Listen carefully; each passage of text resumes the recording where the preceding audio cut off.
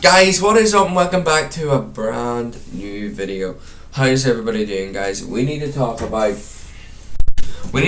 one single thing, guys, and that is the Neighbour Next Door one. So some people wanted me to talk about this again and wondering what the hell is going on with the whole story, since we know the Neighbour Next Door 2 is coming out in 2025, so it's still quite a bit away, like a year and a half away, so it's still quite a bit away.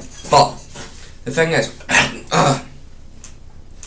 people are wondering what happens next. So in the Neighbour Next Door 1, let's have a wee recap, right? So in the Neighbour Next Door 1, we had the neighbour, of course. I'm getting mixed up with the White House. Mason discovered about what the neighbour,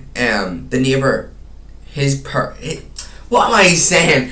The original neighbours, Paul and Greta, I think they were called, disappeared, and then there was no talk, Mason never saw them leaving, and he always saw them leaving, and their car was still there, and it was suspicious. So then it was Halloween, of course, and he wanted to give maybe trick or treat or give something a friendly gesture to the neighbour next door, to welcome him, because he knew it was a new neighbour and it wasn't Greta or Paul anymore. So he was he'd come home from this walk, so he went to sleep.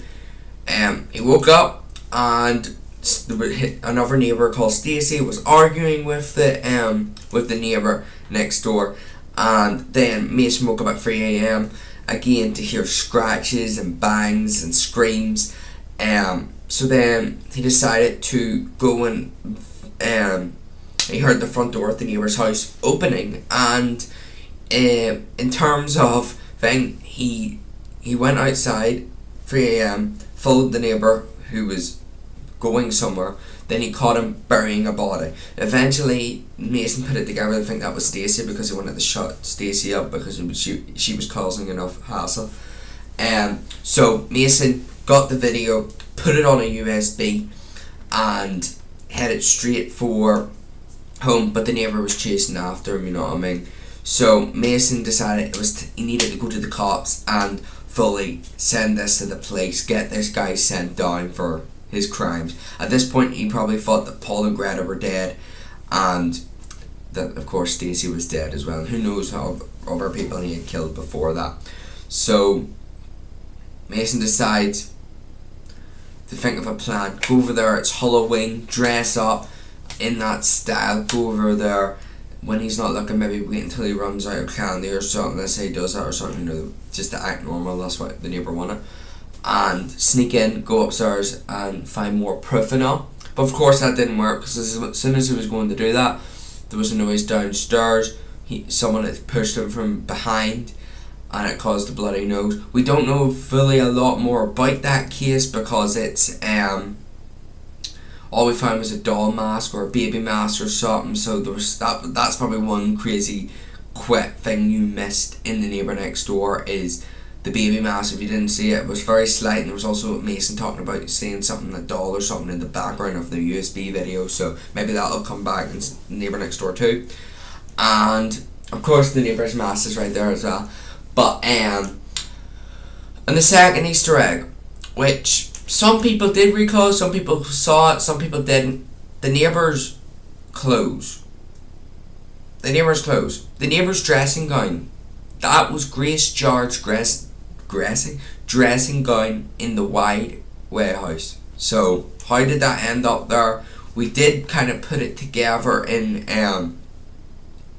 before that possibly Grace George is a time traveller, and somehow that's going to connect in the time traveller movie coming 2026. But we'll have to see what happens next with that, you know what I mean? And the third Easter egg, which is probably the most suspicious, the neighbour's death. So blah blah blah, Mason ran, he got knocked out by the neighbour, brought to the quarry, of course.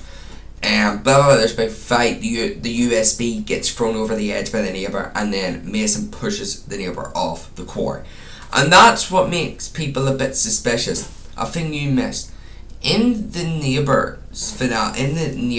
supposed death scene, how could he survive that? You could see that he, like, if he pushed him, he would have just fell backwards. Like, how was he able to climb back up? But, like, it's not, like, fully, because you could see when he put his hand up, there was blood, and there was blood on the mask. So it's not just, like, he clung on. So, did he fall? Is the neighbour inhumane? Is he, like, an alien? Like, I'm not trying to say it, but I'm trying to say is he actually human? Or, like, because he got blood, like, I don't know. Maybe blood for trying to climb back up, you know.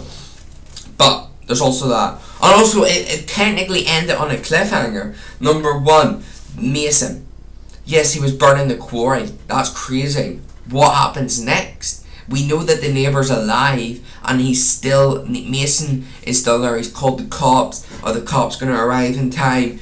Is it going to start off the Neighbour Next Door 2 with Mason fighting the neighbour again or something, because he's still at that quarry where we left off? Or by the time it starts, is Mason left the quarry, and we'll have to wait and see what happens, because of course the neighbour will return in the Neighbour Next Door 2. But what happens next? Like, it's massive. It's crazy when you think about it. But I'm just saying, I don't know. Like, the neighbour's deaf, the neighbour's alive, and he probably wants revenge on Mason. The USB's gone, so what proof will Mason have for the police? There's literally no single proof that Mason has for the cops. You know what I mean? Since the neighbour threw the USB off the quarry at the end of the first movie. So, what is going to happen next for the neighbour? And Mason, mainly. Mason's in danger, like. But there's 3 Easter eggs you missed in the Neighbour Next Door 1. Grace George's dressing gown, the mysterious clues of a doll, and of course the neighbour's supposed death. How did he survive that? Is he immune? So 3 secrets you missed, or I don't know, 3 secrets you missed in the Neighbour Next Door 1.